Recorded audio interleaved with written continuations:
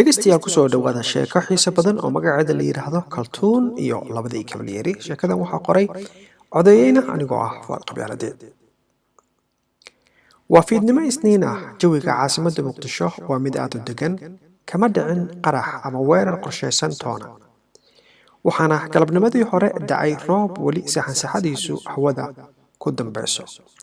kaltuun waa gabar qurux eebbe ku manaystay, waxayna ka dhalatay qoys hanti badan magaalada ku leh, aadna looga yaqaano.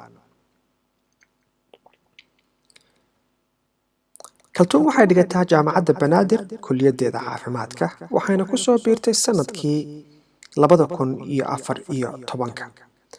ma aha gabar waxbarashada dhankeeda ku firfircoon, balse aabbaheed xaaji samatar oo jecel in uu arko gabadhiisa oo mar uun jaamacad ka qalin jebisay ayaa ku kolkoliyay aadista jaamacadda. wax walba oo ay u baahan tahayna maya ma yidhaahdo, sababtoo ah waa gabar 8 wiil la dhasheen, weligeedna rafaad, gaajo iyo dhib aankiis oo idil ilbiriqsi nolosheeda ah la daris noqon. kaltuun ayaa saaxiibadeed nawaal oo iyaduna dhigatay jaamacadda plasma ka codsatay inay u raacdo makhaayadda The Village oo ay jeceshahay biisadeeda. kaltuun uma aysan suuragelin taasi, oo nawaal ayaa ugu cudur daaratay inay wax akhris ku jirto, aysanna u suuragelaynin sababtoo ah nawaal waxay jaamacadda dhigataa maalmaha jimcaha iyo khamiista. inta kale waxa ay u shaqaysaa sidii nafteeda iyo qoyskeedaba ay ku anfici lahayd. waana cururta reerkooda, waxaana ka yar 3 wiil.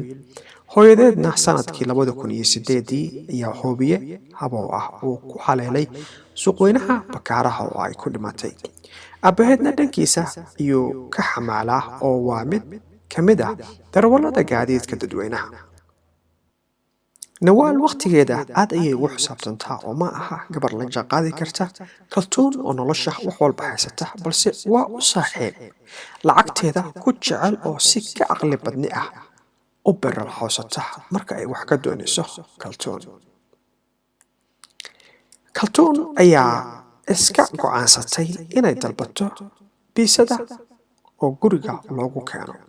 waxayna wacday lambarkii dalabaadka guri keenista, waxaana ka qabtay yaasir kuna yidhi, halo, ku soo dhawow The Village qaybta biisada dalabka guri keenta, maxaan kaa caawiyaa walaal?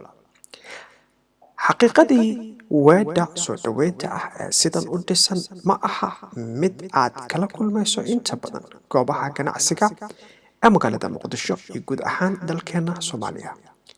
kaltuun oo aad ula dhacday habka soo dhaweynta ayaa tiri, wandhawahay walaal, biisa ayaan doonayaa, waxaan adganahay xaafadda Taleex, wiilashuna waana yaqaanaanba oo waa guriga xaaji samatar ee dhaqso biisa kulul oo dooro ah noogu keen, cabirka ugu weyn iyo hal caag oo kooko qabow ah.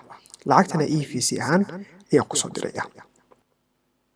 haddii eebbe idmo qadar 45 daqiiqo kadib waa lagu keenayaa dalabaadkaaga. waadna ku mahadsan tahay ka adeegashada The Village, waxaana rajaynayaa inaad mar kale naga dalban doonto adeegyadeenna. ma jiraan wax kale oo aan kaa caawiyo, ayuu sii weydiiyey.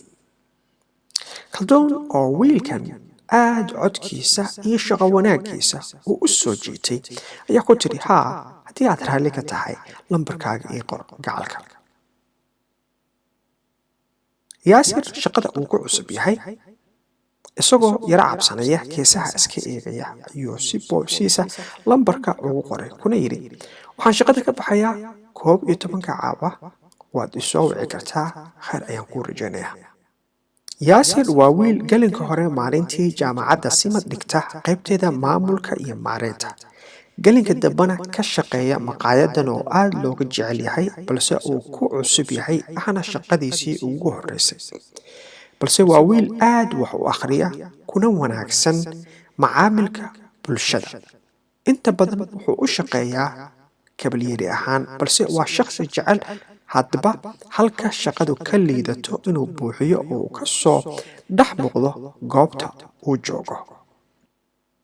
kaltuun oo ah gabar wiilal badan ay aad u dareynayaan inay la haasaawaan balse aan u joojin. Caawa waa markii ugu horreysay oo ay wiil taleefankiisa weydiiso, balse makhaayaddan qaybteeda maamulka waxaa u badan wiilal qurba joog ah. waxayna islahayd kolley waa mid ka mid ah wiilasha dibadda ka yimid iska baro.